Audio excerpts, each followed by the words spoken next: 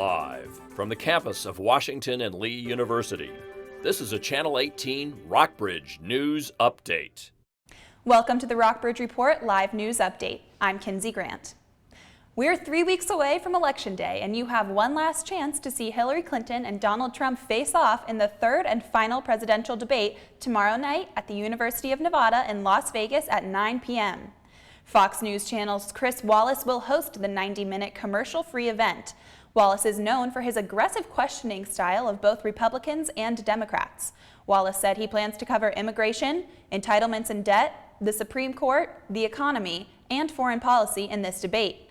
41 million people are expected to tune in. A new set of polls show Hillary Clinton with leads over Donald Trump in a handful of key swing states. Among likely voters in battleground Virginia, Clinton has opened up a 15-point margin, up from a 7-point lead earlier this month.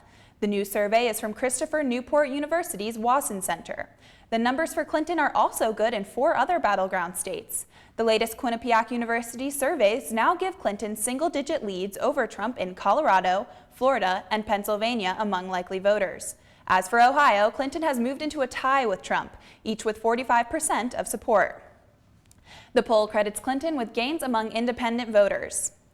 But last night, Melania Trump told CNN's Anderson Cooper that her husband, quote, will not give up. He will fight to the end, and he will fight for the American people as he is fighting now for himself, end quote. This was Mrs. Trump's first interview since several women accused Donald Trump of groping and kissing them. Melania Trump called the charges lies. My husband is real. He's raw. He tells it as it is. He's kind. He's a gentleman. He supports everybody. He supports women. He encourages them to go to the highest level, to achieve the dreams. Trump echoes her husband's complaint of conspiracy between the news media and the Clinton campaign to rig the election against him.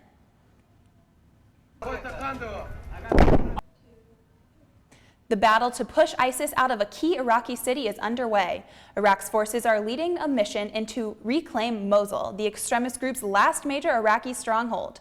Iraqi and Kurdish forces say they made gains on the first day of the crucial offensive. They say they retook a large stretch of a major road out of the city and regained 9 villages in the surrounding area. But ISIS is proving it won't give up easily. People in Mosul are beginning to stay in their homes as the battle to drive out ISIS draws closer. U.S. troops are providing support from the sidelines, but Pentagon Press Secretary Peter Cook said on Monday that Americans are in harm's way. Rolling Stone's discredited story about an alleged gang rape at a University of Virginia fraternity house took center stage in court yesterday. The trial in Charlottesville comes nearly 2 years after the article was originally published.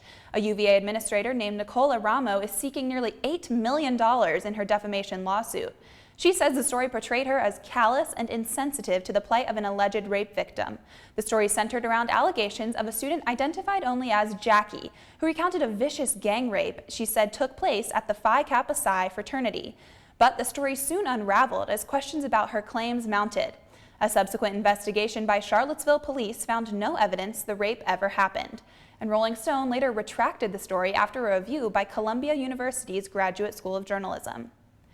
The red planet has turned to gold in NASA's newest images. The new images of Mars are from NASA's MAVEN mission. The colors here were tweaked to show an ultraviolet glow from the Martian atmosphere, also known as night glow. Night glow is a common planetary phenomenon in which the sky faintly glows even in the complete absence of external light. It can be used to show how winds circulate at high altitudes, how ozone amounts change over the seasons, and how afternoon clouds form over giant Martian volcanoes. The white images that appear and disappear show clouds forming over Mars's prominent volcanoes. The Smithsonian Institution needs $300,000 to help save one of the world's most famous pair of shoes, and it would like your help. One set of the ruby red slippers worn by Judy Garland in the 1939 film The Wizard of Oz is showing its age, with fading colors, loose sequins, and rugged soles. A Kickstarter campaign has already amassed more than 10% of its goal in just one day.